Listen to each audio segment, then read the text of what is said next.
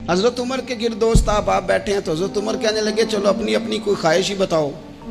تو چونکہ حالات بڑے خراب تھے، قحط کا دور تھا، بعض جگہوں پہ غریبوں کو بڑی مشکل تھی، تو سب لوگوں نے صدقات اور خیرات کی ہی بات کی۔ ایک صاحب کہنے لگے میرا دل کرتا ہے کہ زمین غلے اور اناج سے بھر جائے ساری اور میں اللہ کی مخلوق میں بانٹ دوں۔ تو دوسرے نے کہا میرا دل کرتا ہے سونے چاندی سے زمین بھرے اور میں رب کی مخلوق پر تقسیم کر دوں۔ ایک تیسرے صحابی بھی فرمانے لگے میرا دل کرتا ہے سونے چاندی سے نہیں، ہیرے جواہرات سے یہ زمین بھرے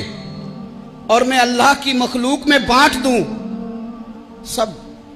اللہ کی مخلوق پر کرم کرنے کی، رحم کرنے کی، تقسیم کرنے کی بات کر رہے تھے۔ تو پھر بول کے کہنے لگے عمر آپ بھی تو بتائیں نا، آپ کی بھی تو کوئی خواہش ہوگی نا۔ تو حضرت عمر دیر تک خاموش رہے، پھر ٹھنڈی آہ بھری، فرمانے لگے میرا دل کرتا ہے یہ زمین حضرت معاذ بن جبل جیسے لوگوں سے بھر جائے، میرا دل کرتا ہے یہ زمین حضرت حذیفہ بن یمان جیسے لوگوں سے بھر جائے، میرا دل کرتا ہے یہ زمین حضرت ابو عبیدہ بن جراح جیسے لوگوں سے بھر جائے،